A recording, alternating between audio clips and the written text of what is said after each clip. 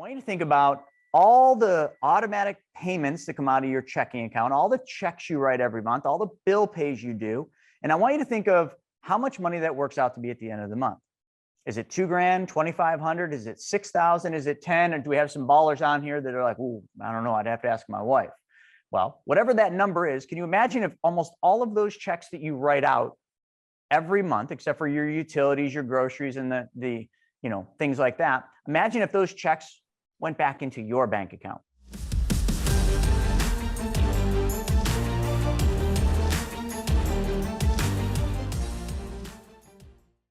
What's up, everybody? Welcome back to Wealth Webinar. Today, we are going to demystify, debunk, whatever you want to call it, the age-old argument of IUL or whole life. Or we're just going to talk about the right way to use each one instead of making it's either one or the other. I love that, you guys. We've got a whole panel of experts here, from Sammy to Devin, Stephen. And one of the things that's interesting is we all know how these work. There's a fit for an IUL and there's a fit for whole life in everybody's portfolio. But the problem is we live in a divided world, a divided country where everything has to be, it's this way or that way. There is no in between. There is no this and that. It's got to be this or that. So that's where this big argument comes from. See, the dog even agrees with it. And today we're going to talk about why both of them can work, how they both can be designed the right way. And we're going to stop saying there's one silver bullet for anything. That's the topic today. So first, I want to introduce the panel. We've got Sammy. What's up, buddy? How you doing, guys? Thanks for having me. Thank you, man. Can you just tell the audience a little bit about yourself and what you do for a profession? Yeah, so independent agent. I help people with high early cash value whole life. We structure retirement plans. We use index universal life. I work in annuities. We place company 401ks, defined benefit plans. So anything and everything that has to do with cash value policies. And yeah, that's the gist of it. One other thing I'll add too is Sammy is a professional, deadly MMA fighter. So if you are ever looking to rip someone's face off, put him in the ring with them. Anyway, we got Devin Burr, Mr. Burr in the house. Buddy, you want to tell everybody who you are, what you do? Hey everyone, if you guys don't know me, Devin Burr, aka Mr. Burr on social media. I'm a real estate investor. I use infinite banking to basically fuel all of my investments. I use it for everything in my personal life as well, from buying braces for my daughter. I've bought 2 cars. I've bought a jet ski. We've put a wine cellar in our house, landscaping in our backyard. I literally use the infinite banking concept for everything. And I've only known about it for 2 years. It's an amazing concept if you get it and actually implement it. So for those of you who have not met me, I'm excited to give you some value, and hopefully you guys walk away with a couple nuggets. Awesome. And last but not least is Mr. Snaggy, Stephen Nagy in the house. You want to tell everybody who you are, what you do? Hey, yes, I am Stephen Nagy, the one and only. And from a business side, though, ex-financial advisor turned real estate investor, business owner, consultant, and absolutely love speaking, training, and working with people to teach them how to take back control of their money and solve their money problem. Awesome. And also, just a little side note, Stephen also runs Money Club Monday, a show he does every single week that highlights private lending deals and different people from our private money club. And then every Tuesday night, he's been doing what I think is just kind of one of the things we should have been doing from day one, something I started almost 3 years ago now. And that is every single Tuesday evening, he's doing the money multiplier presentation, which teaches you what the infinite banking concept is, how it works, and how it can change your life. And for those of you that are new, well, actually, how many of you are on the Wealth Webinar for the first time? In the chat right there, just put AYE or raise your hand as an I. Let me just see how many new folks we got on here, because the numbers keep climbing. We're almost at 110 right now. Okay, so there we go. We got a couple new people. So for those of you that don't know me, I'm the host, Chris Naugle, and lots of stuff, ex-pro snowboarder, 16 years in Wall Street, years that carved me into the person I am and the person I will never, ever be again. And today I do the same thing as these other folks. I teach the infinite banking concept, how money really works, and we solve people's money problems. And that's what we're here today to do.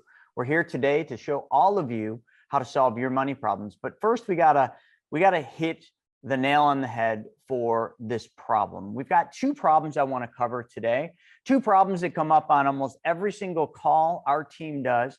Two problems that come up almost every single day on the Facebook group called the Infinite Banking Group. So any of you that are not on our Infinite Banking Facebook group, get on there. You just go on, you just go into groups, type in Infinite Banking, and we're the one that's kind of got the little black icon on it. Lots of stuff happening there. But here's the two items that come up, and many of you might be thinking this. Number one, what is the best type of insurance to use for the infinite banking concept? Is it these IULs, these index universal lives? Now, let's go to the audience real quick. How many of you have had an advisor try to sell you an IUL, or how many of you own an IUL? If you can just put I in the chat. I just want to get a read here. No one has an IUL? Okay, a couple. We got William, Devin's got, we all know Devin's got one. Michael's got one. Okay, bought one from Dave Ramsey. Kevin Kelly bought one from Dave Ramsey. I don't know if that's a joke. We love Kevin. And Nita's got one. I'll take that as a yes from Steve. Okay, Sonia's got a VUL, which I had one of those, but I just did a 1035 exchange. Andrew, yep, burned there. And then what is that again? Deborah had the right answer. So Deborah, give her a prize. She said, what is that? And then, we're going to really kind of talk about the two vehicles. Now, the first thing we always have to go back to is the pioneer of the infinite banking concept, commonly known as IBC, is none other than R. Nelson Nash, the late R. Nelson Nash.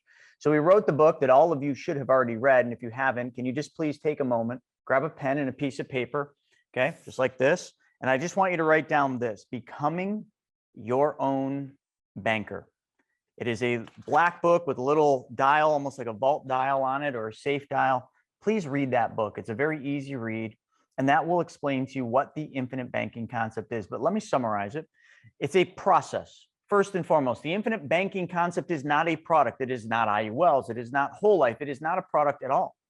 It's a process. It's a process of you taking back the banking functions in your life. Now, some of you might be saying, oh, well, Chris, what does that mean, taking back the banking function? So throughout your lives, you've been taught and lied to from the second you were born up to however old you are. You might be 18, you might be 75. All those years you've been lied to about money because you've been taught to give up control of your money. And what does that mean? Well, you go out and you trade hours for dollars to earn these things, because we live in the United States, most of us, and we trade hours to make dollars. And then what do we do when we get the money? The very first thing we all happily and gladfully do is we march over to our local bank. Today, you just actually have it direct deposited, and you take these dollars and you give up control of them to none other than the traditional bank. And what does the bank give you in return for you giving them control of your money? A sucker that says dum dum on the wrapper. It should have told you something right from day one, but we all ignored that because they had all the flavors: watermelon, grape, lime, strawberry. Hell, some of them even had that, I think they used to have root beer, but who's keeping track? But they gave you the sucker and you said, fine, you can be in control of my money. And the bank, what do? They don't put it in the vault. Your money never goes in the vault. Your money goes out there to work for the bank. Your money now is in control of the bank, and the bank makes your money go to work. And we all know how that happens, don't we? You've seen the video, and if you haven't, please watch the 90-minute. They go out and they loan that money out. You have no say in how the bank loans the money. You have no say in what they charge somebody for these loans, from mortgages to cars to home remodels, debt consolidations, on and on and on. The only thing you got was a sucker, a peace of mind, thinking that your money is nice, sound, and safe and there anytime you want it, until the pandemic hit and you tried taking your money out and you realized that you really couldn't just take your money out of the bank. But anyway, I digress. You've been taught to give up control of your money there. You've been taught to put money into 401ks that you can't touch until 59 and a half. You've been taught to do all sorts of funny things with your money that takes you out of control and puts somebody else in control. So what the infinite banking concept does is put you back in control of that money by allowing you to create a banking system modeled after good old traditional banks, and then financing everything in your life using your bank I mean, what a simple idea. People make this so complicated. They stare at these illustrations, they flip them up. Sammy, I don't know if they do this to you. You know, you get the illustration, they look at it every which way, they come up with their elaborate spreadsheets. We have so many clients that come up with these spreadsheets and like, this doesn't make any sense to me. I can't make sense of the numbers. Because you're thinking that it's all about the policy. Sammy, does that happen to you? All the time. I mean, oh, I love it, man. The amount of times that people think that you make your money in the policy is, they just don't, that's where you know they don't understand it. I don't make the money in the policy. I use the policy to go make money. They make it all about a product. The infinite banking concept is the process. That's where you make all the money. Devin, all those things he said he did, from buying cars to financing his real estate deals to loaning money out to, you know, braces and everything else. All he did is he took back the banking function. He became the bank. Instead of giving the money to somebody else's bank, he put it in his bank, which just so happens to be a specially designed and engineered whole life. Now we'll get to why that is the preferred vehicle for the infinite banking concept, but it is just that. It's the vehicle, okay? It's not the destination. Your car, it's just a car. You get in it to go to point A to point B. Some are faster, some are slower. It's just a vehicle. That's all it is, okay? It's a machine. So the machine, we just put the money there and then we move the money out. We pay for braces. We move the money out. We buy cars. We move the money out. We buy real estate. These are all functions that you used to use the bank's money for, and the bank charged you interest and you gladly paid them a monthly check. Imagine if now every monthly check that you pay today, I want all of you to just take a second. I want you to think about this, and then we're going to get into it. I want you to think about all the automatic payments that come out of your checking account, all the checks you write every month, all the bill pays you do. And I want you to think of how much money that works out to be at the end of the month. Is it $2,000, $2,500? Is it $6,000? Is it 10? And do we have some ballers on here that are like, ooh, I don't know, I'd have to ask my wife. Well, whatever that number is, can you imagine if almost all of those checks that you write out every month, except for your utilities, your groceries, and the you know, things like that, imagine if those checks went back into your bank account. So every month when you wrote the checks, they automatically appeared in your bank. Can you just imagine that for 1 second? How much money would that be that you would take back by doing just that one function? Most of you, it would be a lot. Your car payments would no longer be paid to Wells Fargo or Bank of America or GM Finance or Mercedes, or maybe we got some people on here that got a Bugatti. Maybe Bugatti does or does not finance cars, whatever. If all those checks went into your account, how much more money would you have to spend? How much more money would you have to make go out there and work for you? A ton. The infinite banking concept is that. It's the process of taking back that banking function. And here's the problem. It's not a fast process. It takes time. Devin, probably one of the fastest. He's like the tortoise and the hare. He's definitely the tortoise, okay? He got out there, he learned this thing, and he just took off for the finish line. 9 policies, I think, or do you have 10 now? Or is it 11? Working on number 10. 10 policies in 2 years. I got 9, and it's been like, I don't know how long it's been, a long time. But all the different policies that we have are just a component of building up on our banking system so we can put more money through it. So one thing that comes up, and Sammy, I'm going to turn this over to you. Steven, do you have anything you wanted to say about the infinite banking concept? You're on the phone every day with people and you hear some horrific stories. Do you want to share a few about like how people look at this?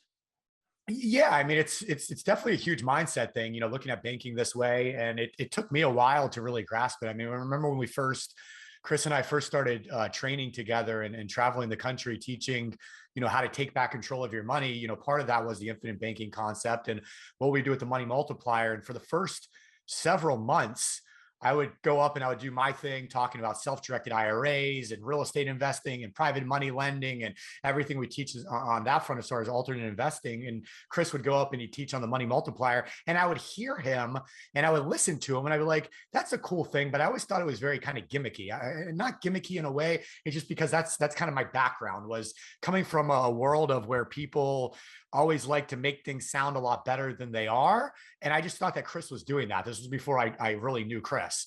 And the more I listened and finally I started to listen, I'd be like, holy shit, like this is something completely new. Like this is something that there is no fluff involved with this. There's no gimmick to this at all.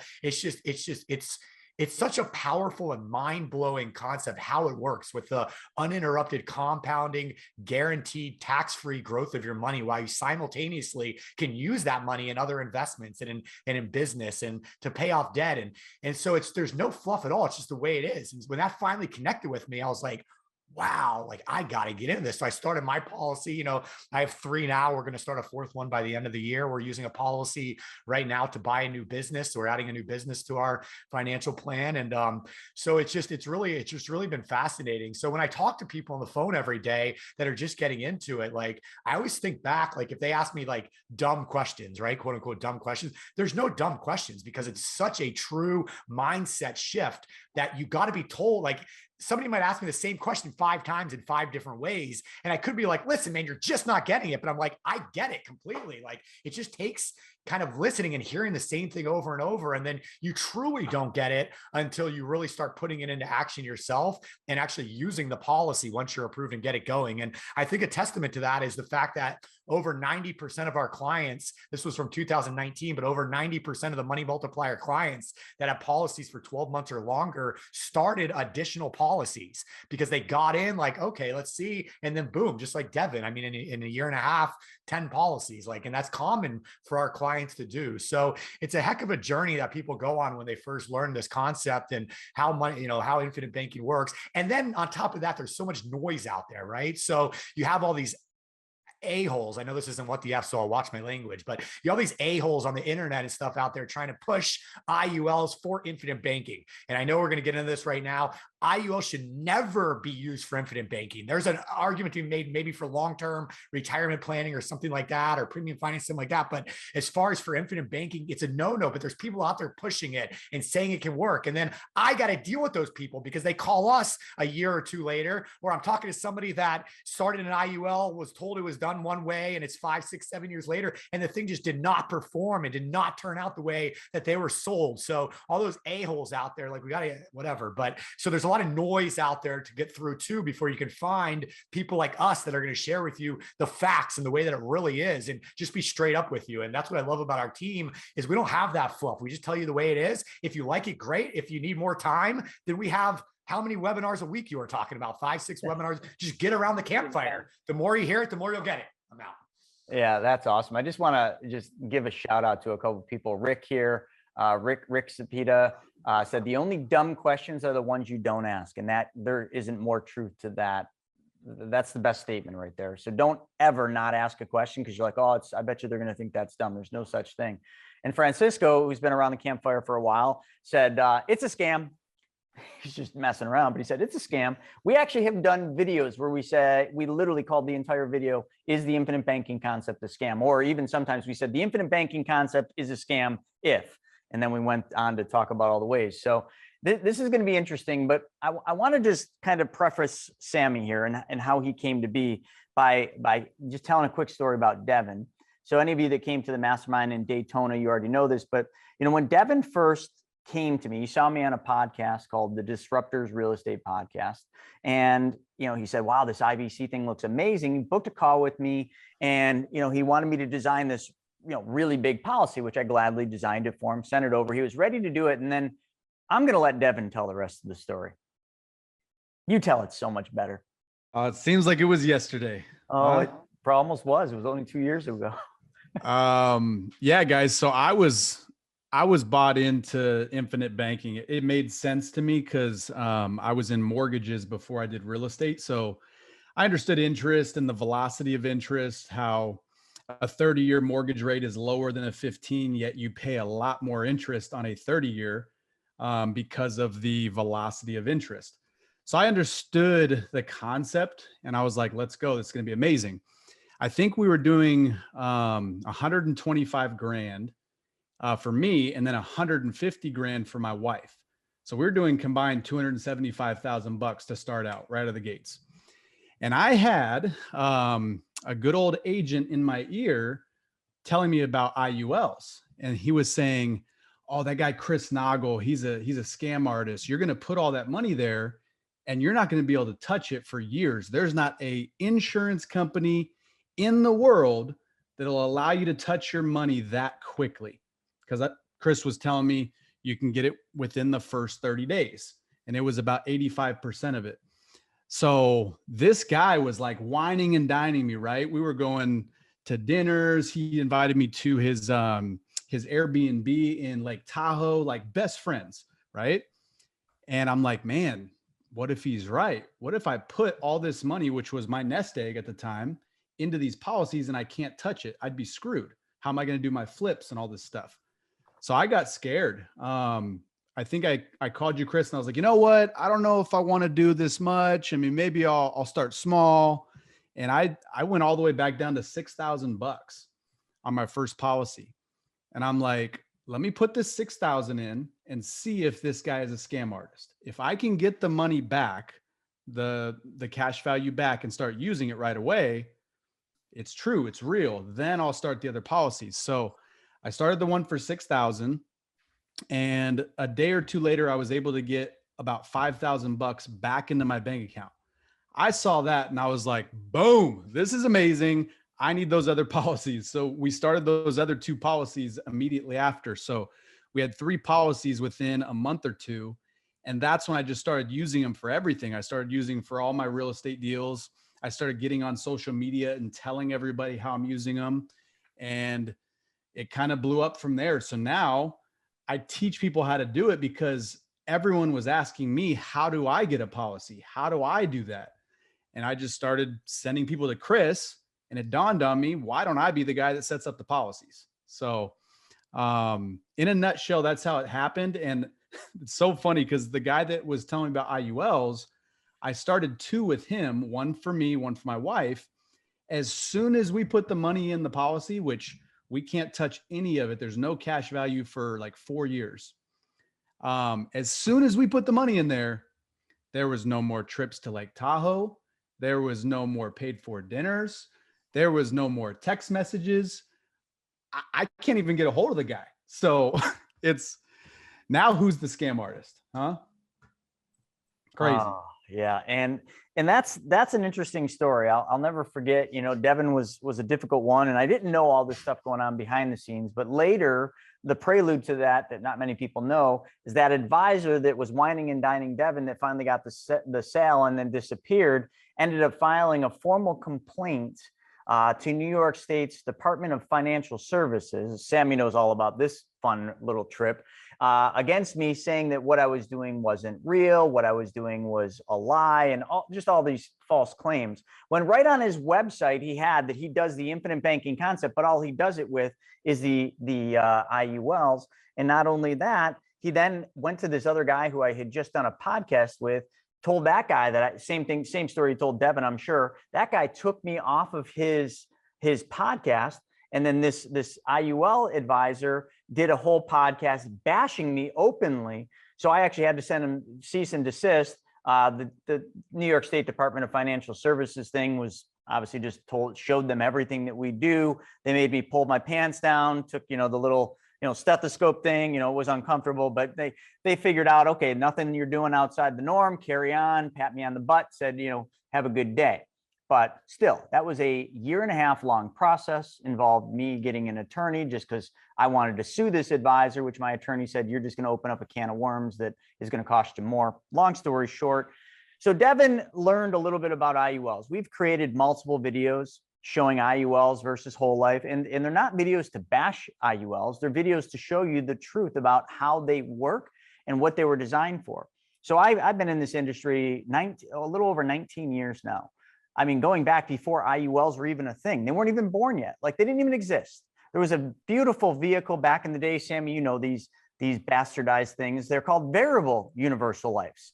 So they were the hottest product ever, pre-Great Recession, pre-2008. We sold a ton of these things. Heck, I bought one. I was like, I got the greatest product on earth. It's like buying term and investing the difference in one pretty little wrapper. I got all my mutual funds. I can control it. I got tax-free. Oh, it was so wonderful until the Great Recession hit. When I got a letter, there you go. When I got a letter from the company I worked for, New York Life, that said, your policy is going to lapse. I said, wait a second. I make all my premium payments. I've never missed one. I had a bunch of cash value until the market took all that. Now the policy is going to lapse unless I triple the amount of premiums I put in. Doesn't even seem like that's humanly possible, but that was possible. Thank God, New York Life, good company, stepped up and didn't allow these policies to lapse. They put an anti-lapse thingamajigger on it so that during the Great Recession, until the markets kind of bounced back, they wouldn't lapse. But I lost all the cash value. And then it took, so that was 2008. just this year, I got rid of that VUL. I 1035 exchanged it into a specially designed and engineered whole life, and now I have no VULs. But the reason we wanted to bring Sammy on is Sammy and Devin got to know each other, I believe, on TikTok, if I'm correct. And in the world of IUL, there are probably, I think as of today, Stephen, Devin, and I have found 2 people. And the whole vast array of all the World Financial Group, IULs, and brokers out there selling IULs, we have found 2 people that fully understand IULs, that understand the infinite banking concept, that understand specially designed and engineered whole lives, and understand the place for both. And we are so grateful to have Sammy on here to talk about this. So can you just talk a little bit about, I guess, just what we're talking about here, IULs versus whole life, the fit for both, wherever you want to start, because there's the right way to design them and the wrong way. Yeah, I mean, for both, everything comes down to the design, right? So when I get a client who will, and honestly, I've had clients who say they've talked to you guys, and I just ask them, well, what's your goal? And if their goal is fits you guys better, I said, well, they're great for you guys. You might want to head back over there, or if it just depends, right? But the key is, like Stephen was talking about, the mindset. You have to know what all of the moving parts are for each type of policy. And 9 times out of 10, I saw a comment in the chat, my nephew sold me an IUL. Anyone can become a part of an association and get a license. It doesn't mean they understand what they're doing, right? So a lot of the times it's a family member who is joining something and they think they're doing a great job, but they've been trained to sell, high premium for high death benefit for high commission or something like that, right? So not knowing all of the moving parts, but every time, we always got to feel for what's the goal, right? And if the goal is, I want guarantees, I want to make sure that the policy always moves forward. I want to make sure that it's recession proof. I want to make sure, on and on and on. Definitely, there's amazing whole life policies that will handle that. Now, when we get into someone who's asking about an index universal life, you can still overfund it. And there's amazing companies out there that allow you to design it similar, but there's a ton more moving parts that they need to understand. Participation rates, what's the current and what's the guarantees. There's some companies that have 150% participation rates, but the renewal can drop down to 5, right? So it just, there's a lot of moving parts. So the design is key, the company is key. I do about 95% of the IULs that I write with one company, just because I believe they're the absolute best and they have the best options. There's a lot of companies out there that offer a decent product, but for someone who wants to do something similar, there's only one really I go with. But if I was going to put my money into something that I wanted to have immediate access, I want to have guarantees that the money's never gonna move backwards. I lead people the whole life. If they really want to look at an IUL, we'll do a side by side, and we'll see which one fits best. IUL tends to be the more long term. Now, are there situations where we can design an IUL to have, to go around that surrender period, that is there? There are, but there's different costs associated with that. And there is, I would say, you don't like to say that there's risk in insurance, but there's that 0% year, right? So in that event of that 0% year, which means your index underperforms or goes negative, you still have to pay for cost of insurance and policy fees. So your money never moves backwards to market volatility is the catch line you hear all the time. But it can still move backwards that 1.5% or whatnot you're paying in fees. So it's not absolutely always moving forward. So understanding what the client's needs are is 150% important. And then picking the right policy, the right type of policy. When I got into it, there's a guy who's been doing it for a long time up in Oregon. His channels, he does the same thing. Heavy in whole life, heavy in IUL, depending on what your needs and what your goals are. And cost breakdown, it's annual. They need to understand it's annual renewable term, right? So your premium that you pay in may not go up, but each year as you get older, it renews with your age. And as long as they're okay and they understand the breakdown and they understand that illustration is showing 6% a year, which it may not perform at 6% a year, most likely there's going to be 0% years in there, it follows the cycles of the market. Then, if they understand and they know what they're taking and they like that opportunity, then, we can lean towards a long-term IUL. But, it definitely has to be what's best for the client. And if they want guarantees, there's really only one way to go. So folks, as we're getting into this, if you all have questions, because we really want to get, we really want to get this out in the air and really help people understand this. And while we have, Sammy on here, it's important. If you have questions, can you please put them in the Q&A right down in the bottom? You'll see it just says Q&A, and just put all the questions there. We'll make sure we answer them. Sammy, what is the main reason? I mean, there's something, I mean, I know the answer to this, but I want to, hear it from you. Every single broker out there, every single agent out there, like all they talk about and all they want to sell is IULs. It's the only thing you hear. And it's kind of like if you're just a consumer out there, you're in this vast world, just starting to try to understand it. Everybody's talking about an IUL. It's the old thing. Just follow the rest of the sheep, right? You just follow along because that's what everybody else is talking about. Why is it that every advisor and broker and agent only talks about IULs? Well, if they're only talking about IULs because they want to make the most money, right? If they're doing the right thing by the client, you can still sell an IUL.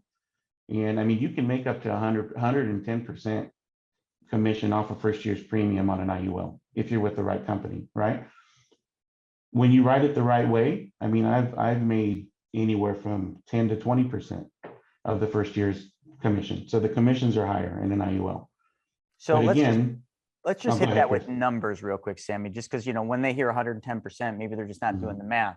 Somebody puts $10,000 in premium deposits into an IUL, not structured the way Sammy does. Just, I'm just going to put it out there. A World Financial Group agent, because they're notorious for this. They put 10 grand into an IUL. There's a good chance that they're making $11,000 commission off $10,000. Well, hell, dude, why wouldn't everybody sell those? That just seems like a great day in the office for an advisor.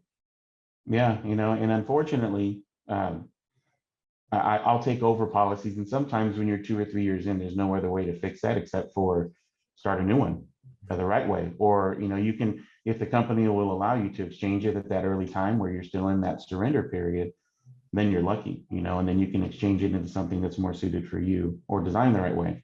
I came across that the other day where this gentleman was sold a policy and guaranteed a retirement income, no matter what, no fluctuations, and you have to be careful and always double check and triple check, and just know that you're doing your due diligence. It's just one of those things you have to make sure that you know what you're getting yourself into. Yeah, and listen, there's two other things too with brokers. One nice thing about IULs for the average broker or agent is if you're ever going into being a financial advisor, first thing you're usually going to do is get life and health license, which isn't really all that hard. I mean, we're all life and health licensed, but then you're going to get into it, and depending on the firm you're with, they're probably going to push you to get your security licenses, which usually will start with 6 and 63.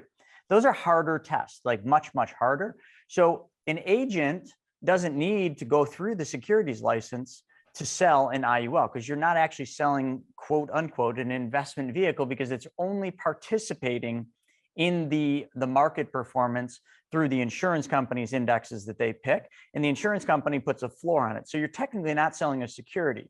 But if an advisor has Series 6, 63, and Series 7, which is the stockbroker license, one of the hardest tests you can get, now all of a sudden they can sell every security. But the IUL gives an agent the ability to sell a vehicle that can kind of mimic what a security would without all the difficult licenses. And I want to be fair. Whole life pays a high commission too. If we were regular agents and we weren't specially designed and engineered whole life, a whole life can pay up to 90% of premiums put in. If you're at the top tier or you have your own GA, most agents out there selling whole life would make 55%. So again, let's do the math. $10,000 in premium deposit. The agent selling a whole life in a normal agency model would get 55% or $5,500. Still not terrible. The most they would make would be $9,000. Now that's a really good day. Not as good as the IUL day. But again, like Sammy said, and like we've talked about, the way we design these plans, my plan, most of Devin's plans, and I think Steven has one of these plans, the majority of the plans we write will pay us roughly 90% less than what we just said. And Sammy can design IULs where, instead of getting 110% of the 10 that would be $11,000. He makes, 90% less than that. And it's so easy to understand why what we do is different than what Dave Ramsey talks about or Susie Orman or anybody else. Is because we're literally giving up all of our commissions so our clients have access to their money. Can you just spend a couple seconds, Sammy, and just talk about the process of how an agent would literally give up commission so that the client has access to more money right out of the hole? It's typically you have to either you just have a good education from the beginning, which I had the benefit of amazing mentors who helped me, or you run into someone who's actually experienced one of those horror stories and you just have one of those moments like, oh man, like I can really hurt somebody financially if I do this to them, and they're banking on this money, right? So it comes down to integrity, right? But it also comes down to just doing the right thing. And as you do the right thing for people, it comes back tenfold. I can't tell you how much of my business is referral business because it has worked, and you just take care of people. When they understand what they see elsewhere and what they're seeing from you, and knowing that you just cut your commission by more than half so that their policy can function as they want to, or that they actually see what I make off of a high early cash value whole life policy as opposed to what they've heard, there's an appreciation for that. So, but for an agent to do that, I think it just goes back to education, mentoring, and it has a little bit to do with how you are yourself as a person. What you're looking at here is you're looking at a specially designed and engineered whole life. And Sammy, if you've got an IUL that's designed kind of how we design these ones, I want you to be able to share that in a second. Okay. So just in a moment, just try to find one that would work. But here you go. This is a plan. This person he's 38, puts 30 grand in and has access to $26,405. That works out to be about 88%. And this is very in line with most of the plans we design. And then the second year they put 30 in. And if we were to figure it out, they make 28 back, 28. And by the fourth year, the 30 they put in is, they're making more than 30. So you can see, these machines we design, they're designed to give you maximum access to capital. But I want to be clear. If somebody is literally counting every penny, if somebody isn't saving money and this is like all the money they have, and every year they put the 30 in, they need to get the 30 out. Obviously, you can see that this is just not the right vehicle for you. Because even though we're putting 30 in this plan, we don't have a dump in. You don't have 30,000 that you can take out. You're short about a little under 4 grand. You're short a little under 2 grand, a little under 2 grand. And then finally in the fourth year, you got all your money back. Some people would look at that and say, oh my God, that sucks. Okay, carry on. Keep doing what you're doing. I bet you your money's in the index funds. And how are those looking today? Actually, today might be one of the only days in the last 9 weeks it's actually doing good. Or did the market drop to negative territory? Because it's been ping-ponging around. You get the drift. Like, this is the negative side to what we do. The machine we use, which this one's a specially designed whole life, does have some downsides. And the downside is in the first couple of years, if you don't do a dump in, you're not going to have access to all the money you put in. But then, let's look at the marathon that we always talk about. Building wealth is a marathon. Now, after the fourth year, every dollar you put in, you get more out. Show me one bank account, one money market account, one place where you put your money, where depending on what year you want to look at, you put 30 grand in and you get 176 back. Or in the 10th year, you put 30 in and you get 39,000 out. There isn't any other place that can possibly do that. But to get that, you can see what we had to give up is access to all of the money in the first early years. I just want to be clear. I don't want to paint this off to be the silver bullet, the best thing in the world. Like, there's negatives to this. Okay. And the reason there's not all your money available is, hey, listen, if something happens to you tomorrow, if you get hit by a bus, if somebody swerves over the double yellow line and hits you and you didn't see it coming. I mean, listen, things happen. We see it in the news every day. It's a sad fucking world out there. Excuse my language, but you're not guaranteed to be here tomorrow, next year, or 20 years from now. So let's plan for the legacy too. And if you this 38-year-old happened to get hit by a bus tomorrow, $1.1 million is paid out to his family. Now, you can never replace this 38-year-old, but $1.1 million makes sure that 38-year-old's family can carry on, maintain their lifestyle, put food on the table, keep a roof over their head, pay for the cars, so on and so forth. There's a cost to that. I just want to be clear. Insurance companies aren't nonprofits. Last time I checked, insurance companies are the most profitable financial institutions that there is. That's why they've been around for hundreds of years. It's because they charge for this death benefit that they make a promise to pay out. But if you're okay paying for this death benefit and having that security, and you're okay not having access to all your money, then please tell me where this doesn't make sense. But then let me go into overdrive. This is where this stuff gets really fun. Every single year that this 38-year-old put this money into the policy, each and every single year they put money in. Now just imagine this. Imagine they could take 26,405 out, 28,385 out, 28,603 out, 34,14 out, 31,176 out. Every year they took this money out, and let's say they went out and the one year they bought a car, okay? They bought a car for their daughter. This year they financed braces and some Invisalign or whatever. This year they lent the money to Devin on one of his deals at 12%. So they're making 12% here. Here they're making maybe 2%. Here they're making maybe 5%. They're making these interest rates on making this money work for them, while every penny of the money that they put in here, every penny, so 30 plus 30 plus 30 plus 30 plus 30, do the math, every penny of that is earning a guaranteed, in this policy, 3% plus a 3% dividend. So if you do the math, every year, as long as dividends maintain, you're making 6%. Now, what do you lose for taking the money out? You lose 4%. So you lose 4%, which is the cost that the insurance company charges you. Everything we do with the infinite banking concept is this. We never put money in and just leave it sit in there. Please don't call us if that's what you want. Do something different. Call us if you want to put money in and then send your money out to work somewhere. Or in other words, practice the banking functions. Because as you do the math here, you start doing the math, 1,176 is your gain, divide that into 30, and that gets you your return for that year. Subtract 4% out each time. Each year you get a raise. Imagine that. You didn't work any harder, you didn't work any longer, you didn't do anything different, but every single year of your life, no matter what happens, you get a raise. And that raise is called a spread. And the only reason that spread keeps going up is because your money never stops working for you. This is called uninterrupted compound interest. Every dollar you put in never stops earning interest and dividend, even when you take it out. And the downside, and this is what I can't stand, and what Steven can't stand, and what Sammy can't stand, and what Devin can't stand. This is all people focus on. Well, why would I put my money in this when I got to pay to take it out? What part of math did you miss? I don't mean to be a jerk, but like, what part of this mathematical equation did you miss? The insurance company pays you 6. They charge you 4. Any questions? There we go. It's just math. This isn't difficult.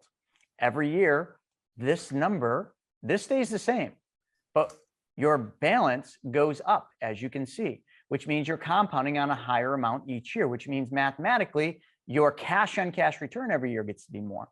This is the part that drives me nuts. And sometimes I've been told, simmer down, calm down. They don't understand, but I just don't understand what part of that is all that complicated. And that's where sometimes I struggle. So Sammy, I've shown ours. Do you have one you want to show? Yeah, I'll show an example of a bigger one and then a small one, right? Because everyone talks about, you have to have a ton of money to do this, but what about someone who's just getting started? Like Devin said, he started with 6,000, right? So I've got one where I'm going to show 150,000 a year in premium, right? And remember what I said, the agents can make off of that, right? 110%. Heck yeah, so man. when we get in the office. when Devin's we get drooling. someone, Look at Devin, left side, buddy. Get that. when we get someone who comes to us like that, or if anyone else, another agent gets someone who comes to them like that, I mean, that could be someone's whole year's salary if they're working a salaried job, right? So I'll show you what we did with this one. Let me share my screen here. We'll start with the big one here. So this is a 10% base policy, and I can do the term policy rider inside to offset some of that. But this gives him, because in only this specific policy would I ever do anything like that with, and I'll show you guys why. If he paid that 150 annual premium, he had access to about $138,000 of it. Nice sizable death benefit. He planned on doing some investing and putting the money right back in. So if it's a safe bet, if you're going to have the money in and out within the first 6 to 12 months, this could work for you, right? And so 150,000, let me move my face out of the way. I can see the screen perfectly. Okay, cool. Yeah, you're So good. 150,000 goes in, it breaks down the charges. Again, you have to understand the charges. We're very transparent in the charges with an IUL. And understand too that this illustration is based off of this policy returning 6% every year. So if I logged in to check the status of the indexes on a policy, like, because I can see this, the returns on this in this specific company, I can see the index performing in real time every day. So when I log in to check the policies now, there's some 0% years happening, right? There might be 2 or 3% returning in the aggregate bond fund that we use in there, but it's got spikes. They run off of call options contracts, right, which are volatile. So right now, a lot of people's money is protected by that 0% floor, but come the end of the policy cycle, the end of the 1 year point to point, if that index is still negative, you're going to get a 0% year, which means this amount right here, or this amount right here, is going to be due from this number, right? Unless there's a plan to offset those costs. So if you're out there and you understand the risk and you're making double-digit return in an investment that would offset those costs if that happened, then you understand the cost. But if you don't, if they don't tell you that, and at the end of the year, you get that 0% year, you're going to have that $15,000 due in fees, right? Because most of that is premium load fees. I think it's in this policy, it's 6% the first year or the first few years, and then it drops down to 4 and then 2. And it goes away after you stop putting money in. But this one would look great, right? But as I'm taking someone through this policy, I'm explaining to them all the things that I'm explaining to you right now. It follows the market cycles. So if there's going to be a recession, this account better have a really good fixed account, which most of the general portfolios in the insurance industry are around 2.5%. This one happens to have a 4.3% fixed account, right? So I can still net enough in this policy, if I was to allocate some to the fixed account, which we usually do, to cover policy fees or most of them, so that in the event of a 0% year, it's minimal, but you have that possibility of happening. But if you are someone who wants to reach for the sky and you believe that the indexes will perform, this could work for you. This gentleman believed in this policy. He had a smaller one that worked for him and wanted to do it on a much bigger scale. But when it comes to the what we can make off of a policy that's designed like this, remember 150,000 is the annual. Down here in the bottom, that's the target premium. So $5,300 off of something that I could have made over 150% of on this. And because I gave him early liquidity, I only get 30% of that up front. So when I'm designing a policy like this, I can make a year's salary, or I can do what's right for the client.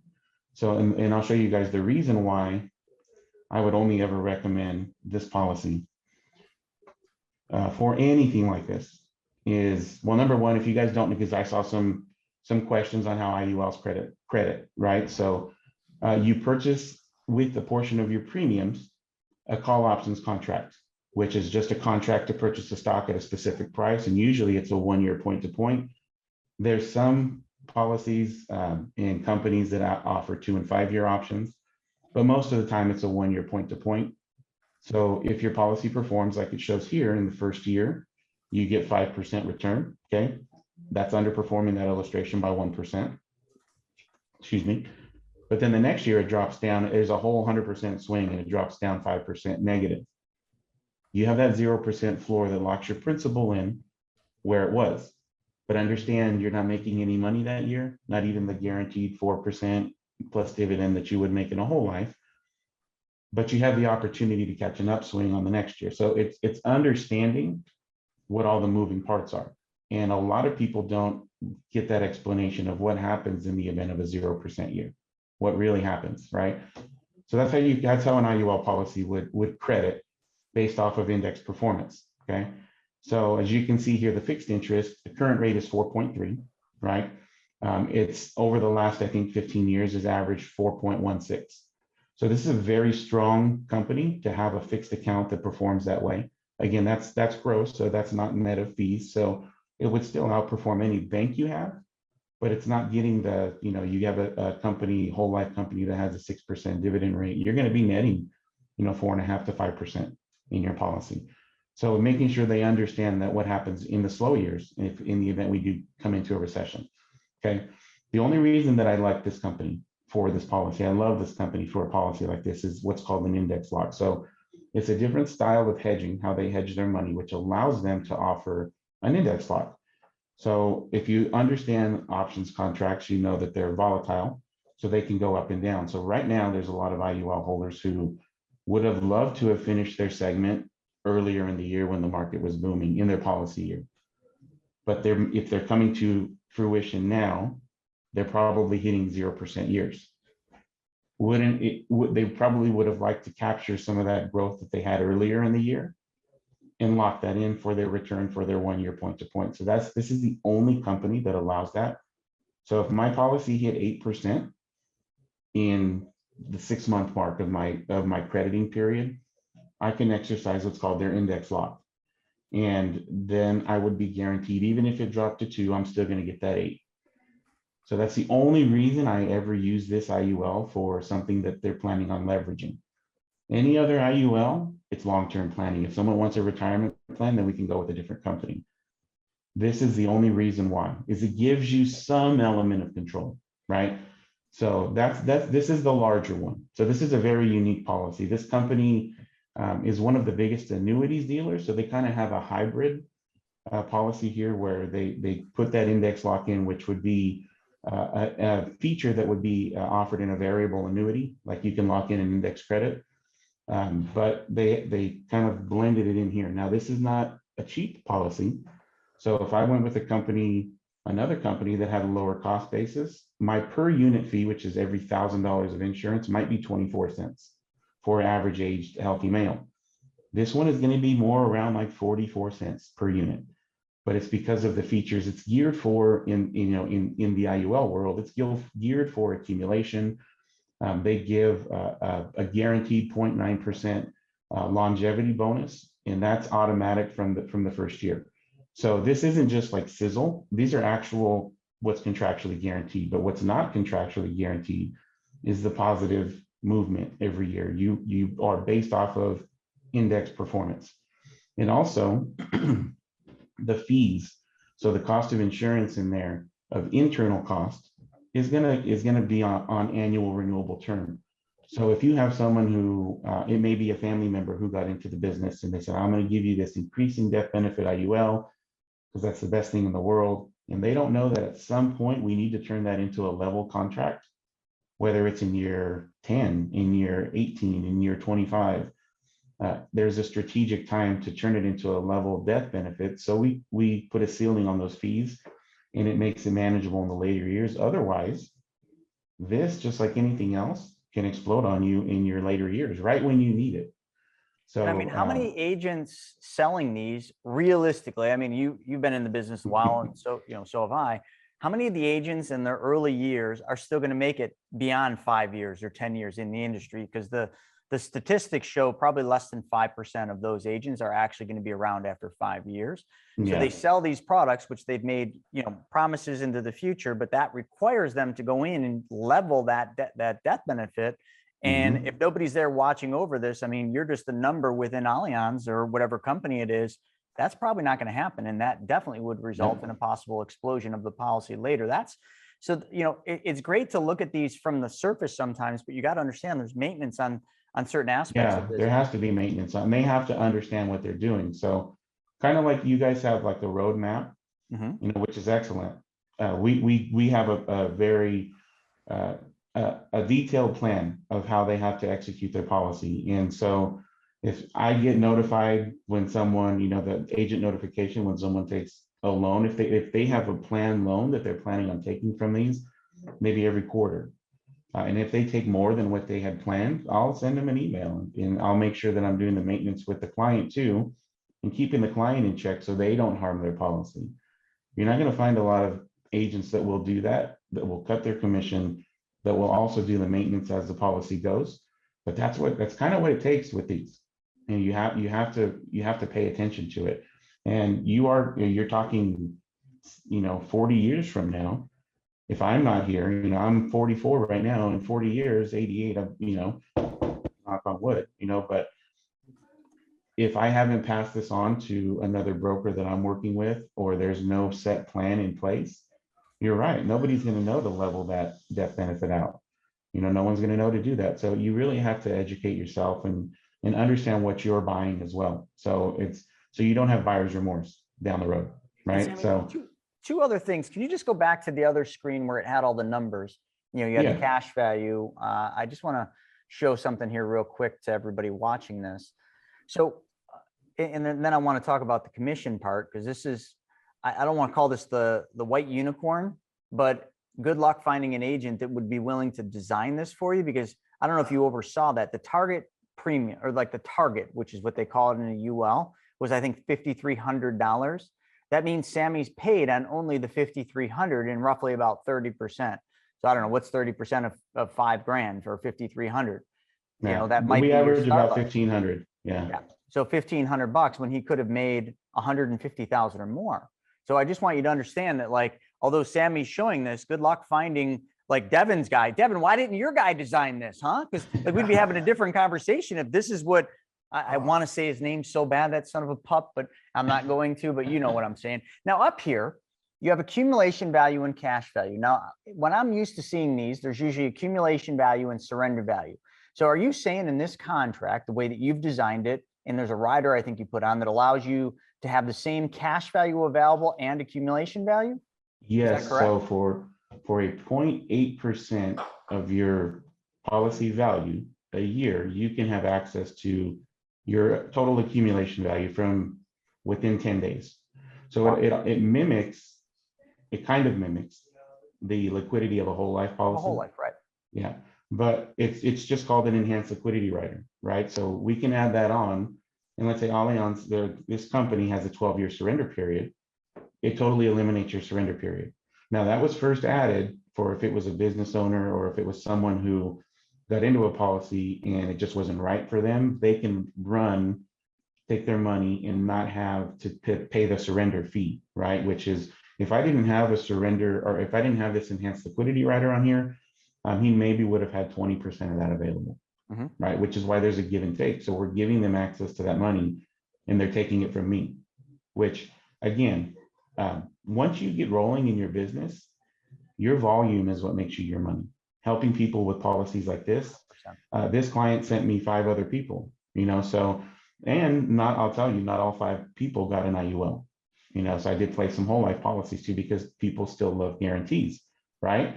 So, which even now with the interest rate scenario, it's favorable for savers. So you can see the value as, in something where you get a guaranteed return. And nothing in the market is giving you that. Right. We use that guaranteed return in an IUL. So if instead of taking that 4% and giving it to you, they take that 4% of your value and they put that towards the options contract. That's why they say your principal is intact. So if I make money year 1 and I get to year 2 and my accumulation value is 285, at the end of the year from year 1, they take the 4% they would have given me. That's what they put in. So a lot of the times as well, if the IUL is not designed correctly, your money doesn't even go directly into your index strategies until about the 7th or 8th month. So most of it is getting put into their fixed strategy because they backfill 1 year's worth of policy fees in the beginning. So IULs are very front heavy in fees, right? So that liquidity rider offsets that. But again, it's a give and take. So they're paying me less so they can have more money available. There's the same amount of risk to the insurance company because they didn't give me the money. So I'm kind of like the placeholder for that liquidity. Sure. And the other thing too, I just want to make sure I'm clear about it. The accumulation value shown on this is based on what rate of return? Was that the 6% or 6.03? 6.03. So it's unlikely that somebody's going to get that this year. So they'd have to have their money in the fixed account. Yeah. And that's one of the things we constantly talk about is, right now, we're on the brink of a recession. I mean, we will be in bear territory, if not today, probably sometime soon. I think you're going to have the bulls and the bears fighting a little bit, so some volatility, but I think it's pretty safe to say at this point, we're heading down. And if you're heading down, like, the numbers would change on this because you wouldn't be getting that 6%. You might actually get to that 0 floor, which drastically changes. So people just need to understand that, because this is great if you make 6%, but a lot of people just look at numbers as the holy grail, and they say, okay, these are my numbers, this is how much I'm going to have. That is not the case. In a whole life, that might be a truer picture based on dividends, fluctuations, but the hope for dividends actually is probably pretty good, because you're in an increasing interest rate cycle. Treasury yields will start going up. So that means dividends more than likely will go up. So I love the fact that you play both sides, like this might be great for one client that understands the risks and is looking for, that upside caught in the market. Other people might be looking at it saying, hey, listen, I'm just looking for a safe place to hold and warehouse my money, that I have access and liquidity and the ability to use that money and still earn interest, which is then whole life. But you do both, which is, I think, what gives you just an ultimate thing. And I wish there was a lot more of you out there, because it would make our conversations so much easier, because we'd be just having these kind of mutual conversations instead of, oh, IULs are better. Oh, whole life's better. They're both different. One fits one need, another fits another. Real quick, it's kind of interesting. Like here, you had to give up all of your commission, $150,000 policy paid you about $1,500. Do you mind if I share my screen one more time? Yeah, let me stop here. Because this is the next prelude that we're going to get into. So now that we've understood that, and folks, if you all have questions about the what Sammy just said, please put them in the Q&A, because we're going to change topics and we're going to go to design, because Sammy just showed you what he has to do to design that plan to do that. He has to put on a rider that gives you access to all the money, which comes at a cost to you, but also to him. Then he needs to literally trim his commissions drastically so that you have access to that money. Well, in the whole life world, we have to do the same thing. So I'm just going to share my screen here, and I want you to see something. And then I'm going to slap some of you in the face, because we hear this next thing all the time, the good old plan design, the 1090. But what I'm showing you here, just so you all know, this is a 60-40 design. And when I say that in some of the Facebook groups, they're like, oh, why wouldn't you do a 1090? Why wouldn't you do a 1090? I want you to look at the numbers and do the math. Devin and Steven know this policy very well. This allows for a dump in. We're dumping in $102,000 into the paid up additions rider. And then we're designing the $30,000 around a 60-40 split, 60% to base, or 60% to PUA, 40% to base. Now, there's a lot of people out there that are fighting us that this isn't the most optimum premium or plan design, blah, blah, blah, because they watched some video from some other insurance company that says 1090 is the silver bullet. But I want you to just look, 121, you put 132 in 121,924. I just did the math. It's over 92%. It's very similar to what Sammy's plan just hit. This was 92%. And each year, I want you to look, year number 2, he puts 30 grand in. How much does he get to take out? 32,000. So I want to teach everybody how to do math. Everybody knows how to do cumulative math. They add up the left column and then they look at the net cash value and like, oh, this thing took 6 years to break even. Yeah, if you just put the money in the policy and you leave it just sit there, that isn't what we teach. And that isn't what you should use this for. But if you put 132 in and you take 121 out and you lend that money out, we talked about Private Money Club earlier. Great place to get your feet wet and start lending money and making a good return. But year 2, you put 30 in and you have $32,000 that you can take out. So let's just take the gain. $2,146 is that year's gain. You put 30 in, you make $2,146 because of compound interest. Now you divide that into the 30,000 that we put in that year. What I'm showing you how to do is to do a return called a cash on cash return. This gives you a return each and every single year based on the deposits you make. Real estate investors, Devin knows this, Steven knows this. This is just kind of how we operate in real estate. But for some reason in the Wall Street world, this isn't how we've been taught to go. I want you to understand that that is a 7.15% return, cash on cash. Okay, 7.1%. So we made 2,146. That's a 7.1% return. So remember what I told you the cost for using the capital was 4. Remember initially I said you're making 6 with dividend. And I initially said, all right, there's your gross spread was the 2, the difference between them two. But now your gross spread really for this year goes from 7.1 minus 4. And if I kept playing this and I kept going down, 2,479, 4,000, or yeah, 4,384, 5,000, 7,000, 8,000. If we play that game all day long, what happens? Well, this number keeps getting bigger and bigger and bigger. Chances are this number stays pretty well static or maybe goes up a little if the insurance company increases the interest rate, but it doesn't matter. The amount you're compounding absolutely will supersede the amount you're paying.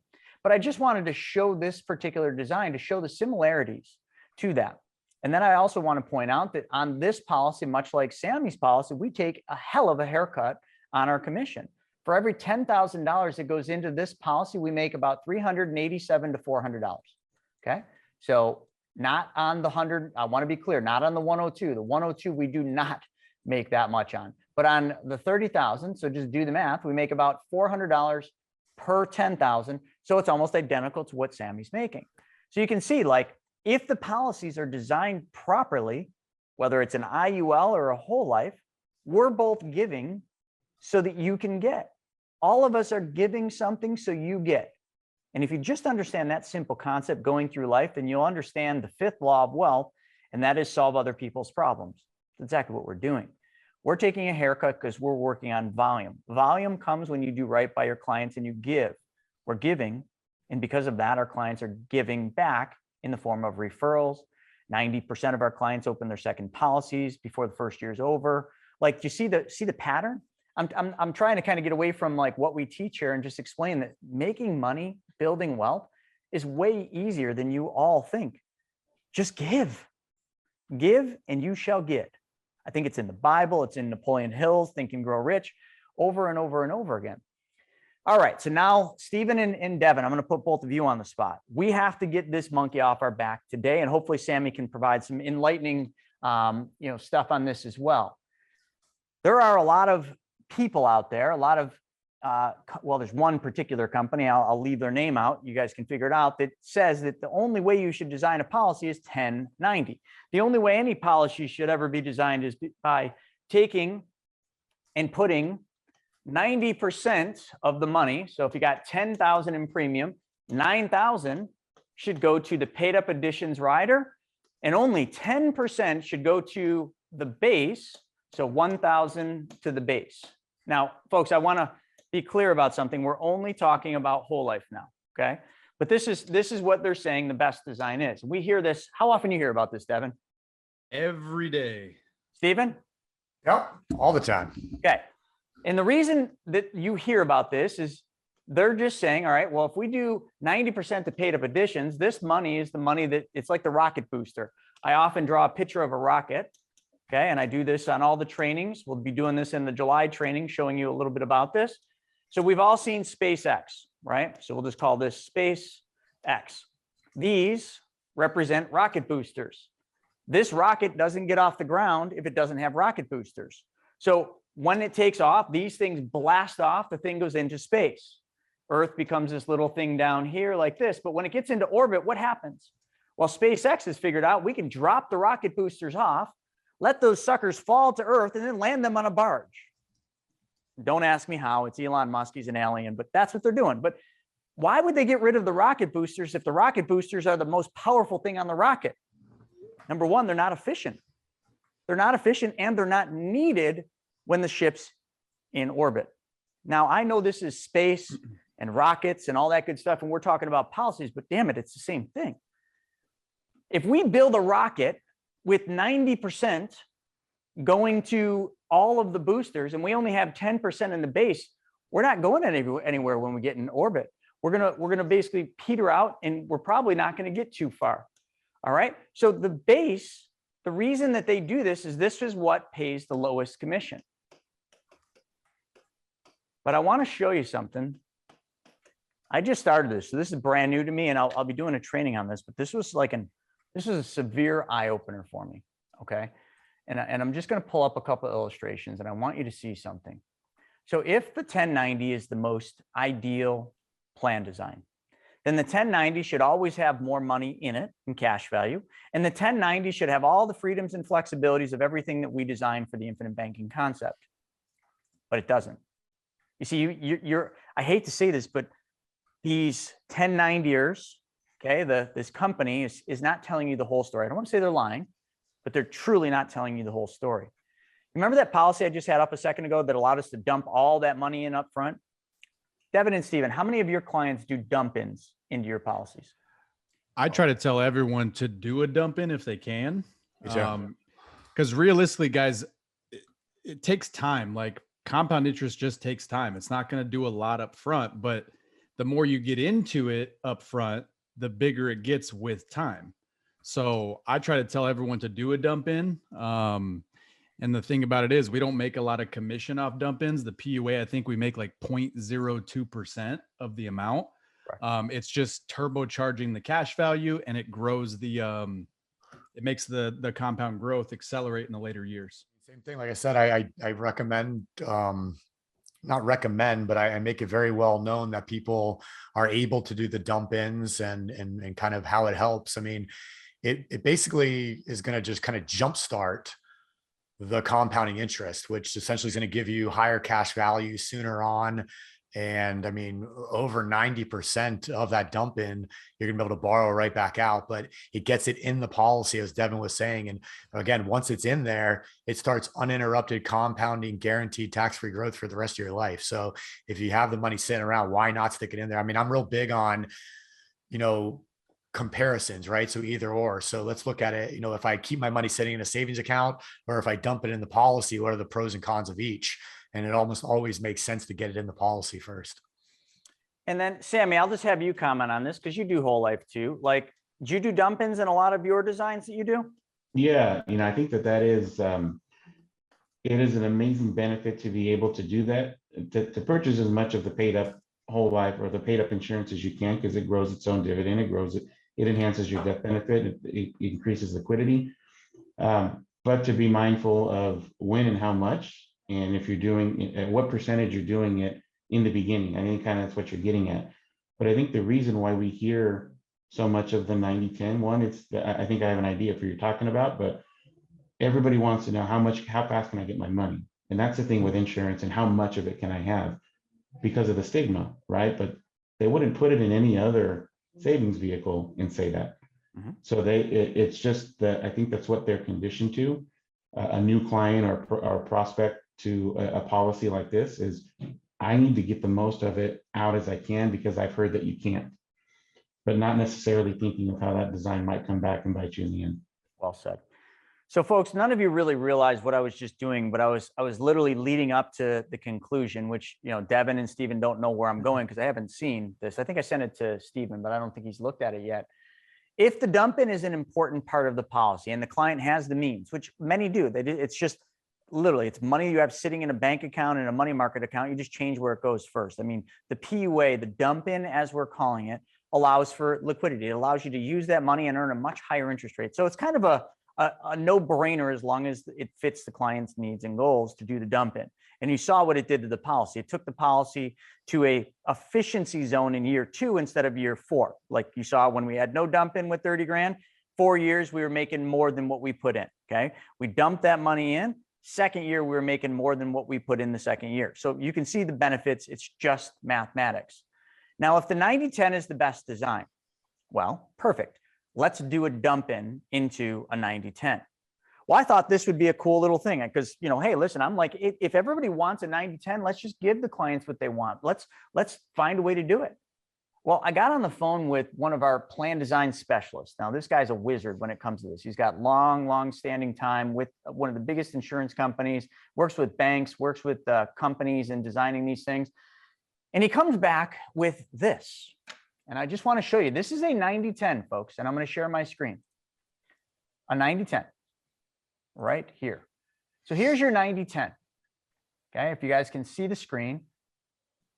I tried dumping in 102,000 because I'm like, hey, I want to dump money in. Let's dump the same amount in as I did that other policy, which you just saw.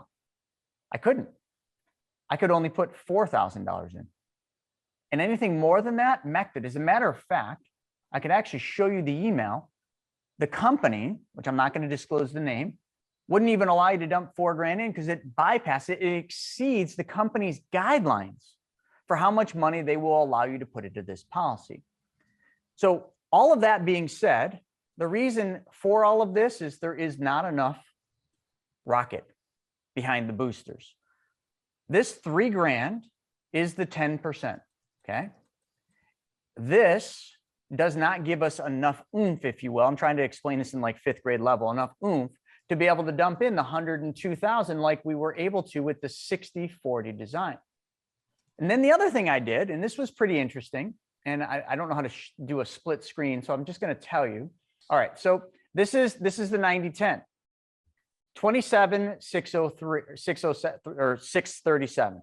So what I did is I took the 60-40, and then I took the 90-10, dollar for dollar, no dumping for no dumping, and I just said, how much more money does the 90-10 actually give me? If it's so good and it's what everybody says is the best design because it reduces the commission the most for the agent and helps the client earn the most, then there should be a pretty big difference for the amount of cash value in a 90-10 versus a 60-40. But what I found, and listen, folks, I'll show it to you right now.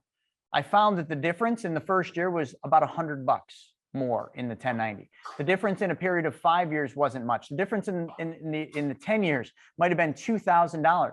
But see, what hurt you is if you had a machine that worked as well as what we're showing you, from the returns. If you had a machine that if you put 30 grand in, it gave you 51,000. Now I want you guys to imagine that. Now I know I'm 15 years in the future, but it doesn't matter. If you had a machine that allowed you to put 30 grand in, and it would then give you $51,000. Sammy, would you ever stop putting money into that machine? Why would you want to? I don't know. I'm just, hey, there are people that say, oh, I want to put money in. What's the soonest I can stop putting money in? Devin, if you could put 30 grand into a machine and get 51,000 back, would you ever stop putting 30 in? I would never stop, even if I didn't have 30. If I didn't have 30,000, I would borrow it from somebody. Oh yeah. Look at this. I'd say, hey, let me borrow 30 grand and I'll pay you back 32 grand in a week. Because I'd be using their money to get $51,000. Oh, that's genius. And I have a client right now that is trying to borrow 100,000 and he will pay the money back inside of 60 days and he'll pay you 1% per month for doing it because he's going to do exactly that. He's got one of these. It's efficient and he knows the math behind it. And he's borrowing the 100 grand. He'll put it into the premiums. He'll pay the people back with a loan from his policy and he'll make the spread and he'll pay them 1% or 12% a year. Stephen, I already know your answer. You would never stop putting deposits in, right? No. But in a 90-10, which I'm showing you, which is the ultimate vehicle, you're done. In the year 16, the most you could ever put in is $3 grand, not a penny more. So as great as that ride was, you are done. But now what you've also done is completely screwed yourself because now to run this amazing 90-10, you have had to load this thing up with term insurance that you have eaten up a big chunk of your human life value. So you may not even be, well, I'm not going to say you're not going to be able to, but there's a chance you might not be able to qualify for a policy that allows you to put 30 grand in. These are the things that aren't being talked about. These are the concerns that I see in this 1090 design. Listen, if it was that good, I would do it. We would do it. We would never hesitate. And I'm going to show you one more thing. Okay, so now what we're going to do is we're going to look at, if you guys remember the numbers, we're going to look at a 60-40. Okay, so here's a 60-40. And I know you guys are seeing a wall of numbers, but all I want you to do is I just want you to remember the numbers on that 90-10 that was so good. Okay, put 30 in, you get 26. Remember the other one was 26.6, not 26.4. So yes, you had more. Okay, fifth year, you put 30 in and you got 31 here. What was the other one? 32, I think, like a little bit more, a couple $100 more. 10 years, put 30 in, and how much you got here? 39. The other one was what? 42. Okay, so the 90-10 has more money. But you know what now I've got in this policy design? And this is something I never knew. Okay, yes, I didn't know we wouldn't be able to dump money in, but this is another thing I didn't know is now dollar for dollar, although I do drop, now I can still put 12 grand in, and that 12 grand earns me 35 grand. And every year I have the ability to put more capital into my banking policy. And no matter what, because there's always going to be that person that says, well, when can I stop putting money in? No matter what, all of you have the ability to stop putting premiums into any of the whole life designs. And Sammy, can you stop putting premiums into the IUL? Like guaranteed? No, I mean, you can stop, but there's no guarantee. No, I mean like guaranteed without ever, no issues whatsoever. No, there's, I mean, because you have the opportunity to have a 0% year. Right. So in a whole life, you can, it's called an RPU, which means anytime in this company right here, if I stop putting premiums in after the 10th year, and actually this is all the companies we do, we can RPU it, which means at that point, for those people that just can't get over the simple fact that these are not premiums, these are not a cost, these are deposits, but you don't want to put money in, great. RPU it after the 10th year. You can never put another dollar in the policy. And you can go to Dave Ramsey and tell him how smart he was, how he never let you out of the cage, and just thank him left and right, because now you no longer have to pay premiums for the rest of your life. And there's no more to that expensive whole life. Anyway, I went too far on that one. Well, you could technically do it sooner, Chris, right? Like if you go up and Absolutely. like scroll up on this one, like if you guys look at year 4, the growth is $30,414. At year 4, you could take that 30,414, put 30,000 of it in for the next year, and now you've got $414 in cash value. Mhm. You could literally stop, and then the next year you'd have the same growth. You'd have 31,176. You take that out, put 30,000 in the next year, you've got $1,176 in cash value. So you could technically stop, but it'd be very foolish, because then you'd basically just have a life insurance policy with a little bit of cash value in your pocket. You wouldn't be using it for what it's intended for, but you could stop. And I think if any of our clients ever did that, I would probably hop on a plane, fly to their house, and as soon as they open the front door, I'd just slap them. You guys have seen the videos like that. I'll just slap them. And they'll be like, what was that for? I'm like, that was because you're stupid. And can we sit down over coffee and I'll explain what the hell you just did so you never, ever make that mistake again? I'm just kidding. I probably would slap them though. So the whole point is, and the thing I want to get across, is just, first we covered the IUL whole life. It's not IUL is better than whole life or whole life is better than IUL. It's both of them are great if designed properly and used for the right needs and goals, as Sammy demonstrated. They're literally two peas in a pod, okay? One just gives you market exposure. One gives you the peace of mind of going to bed every night, knowing your money's going to be there and you're never going to have to worry about any fluctuations or anything else. The second piece that we went over today in this training is we went over the whole thing that I just can't handle another conversation about it. And it's this 1090 thing. I'm not saying 1090 doesn't give you more cash value, but it comes at a cost later. And that cost later is going to far outweigh anything that you gained in the early years. They just demonstrated that. And not only that, it takes away your ability to put a dump in. So I know out of the 111 people on here, someone on this training has spoken to our competitor. Someone on this training is asking that question of, wow, why didn't those money multiplier guys do my policy as a 1090?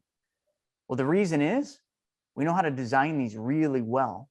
And because we know the power of a dump in, and I'd say, I don't know, it's got to be 80% of all the policies we do have some form of a dump in. You want us to take that ability away from you? Well, great, we'll do you a 90-10.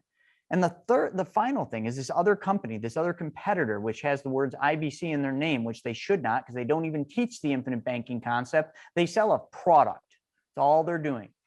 I didn't give the cat away right there, and you guys are all living under a rock. But the other thing that I found out through some reconnaissance, we'll call it, is most all of the policies that company is doing are not actually a 90-10.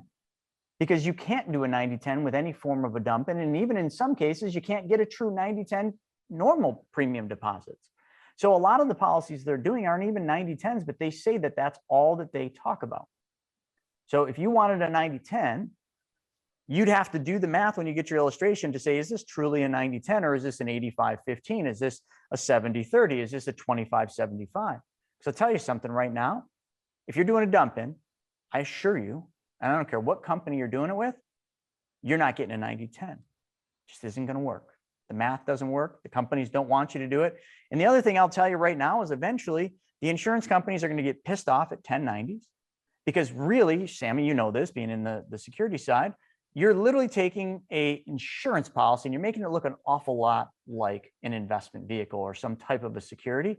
The insurance companies don't want that. They're allowing it now. But if it got so big where everybody was doing that, I guarantee you they'd put a stop on it, just like 1988, when all of a sudden the parade ended for how much money we could put into these policies, and they came up with the MEC 7-pay rule. So eventually, folks, we're playing a tight line here. We want to maintain the ability to do what we do, to practice the infinite banking concept and design the policies the way we do and the way we've been taught by our Nelson Nash. We don't want that to be taken away by either the IRS, who deems we're trying to make these look like an investment vehicle but not pay any taxes. And we don't want the insurance companies coming in and saying, hey, we're an insurance company, we sell insurance, and you're not doing hardly any insurance. You're just putting all the money in the general account. And because of treasury yields, we just don't want to continue to keep paying these interest rates, so we're not going to allow that. So then they tighten up their rules. Think I'm kidding? Well, some of you thought I was kidding when we were warning you that the stock market was going to crash and start to fall apart. And you said, oh, no, I'll wait till I start to see it go down. How you feeling now?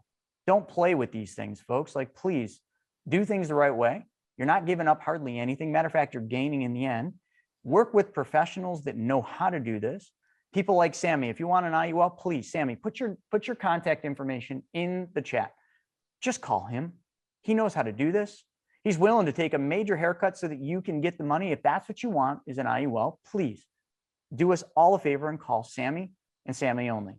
No more of these World Financial Group guys that just won't even make it through probably 5 years in the business because they're a network marketing company. The higher ups are getting all the commissions. The lower people are just out there slinging products to every one of you, and they won't even be around to see the parade and the thing fall apart. Work with people that have been in the business for a while that know what they're doing. So I don't know. Yeah, there you go. Give them your email as well. And then Joshua, what do you mean by PHP?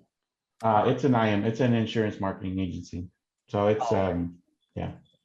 People helping people, right? Yeah, people helping people. Okay. And what are they mostly selling? It's like they do IUL, return to premium term, stuff like that. Okay. it's like an old Primerica type thing, I believe. Oh yeah. Primerica is all about people helping people, isn't it? No comment. There you go. So folks, there's Sammy's info if you want that. And then do we have any questions in the Q&A or? It's like a government bill, you know, they put it out of build back better and it's full of credit on people helping people, right? Build back better, buy term, invest the difference. Same freaking Got thing. good names, just don't look under the hood, you know? Carl, so actually, Sammy, that one you were showing, because I think he had this question earlier. Carl was asking what carrier was that? That was Allianz, right? Yeah, that was Allianz. Yeah. All right, there you go. So folks, I hope this was good for you guys. I hope you enjoyed this. This is something that we probably should have done a long time ago, but I think we just got to the point where we just needed to flush this. It's kind of like a toilet, you know, you can poop in it as long as you want, but eventually you got to flush the thing. We had to get this stuff out in the open, show it to you the right way, explain it to you so we can finally put it to get bed. And so we finally have a video that we can just email the people and maybe cut into 2 sections, 1090, and then also the IUL part so that you can get the truth, not just the fluff. And Devin, anything you want to say in the end? All I can think of now is a toilet, poop in it. At least I left with a good taste in your mouth. Wow. Unreal. Yeah, I would just leave it with, if you guys are going to do something like this, like an IUL, definitely, without a doubt, get a hold of Sammy. Great guy. Me and Sammy actually met on social media. He saw me talking about whole life and how I use policies and just was always really positive in the comments about what I do, what I talk about. And I started looking at his stuff and I'm like, guy really knows his stuff and is doing things the right way. So if you guys are going to look into an IUL, definitely go through Sammy. If you guys are going to do whole life, obviously we'd love for you to go through us.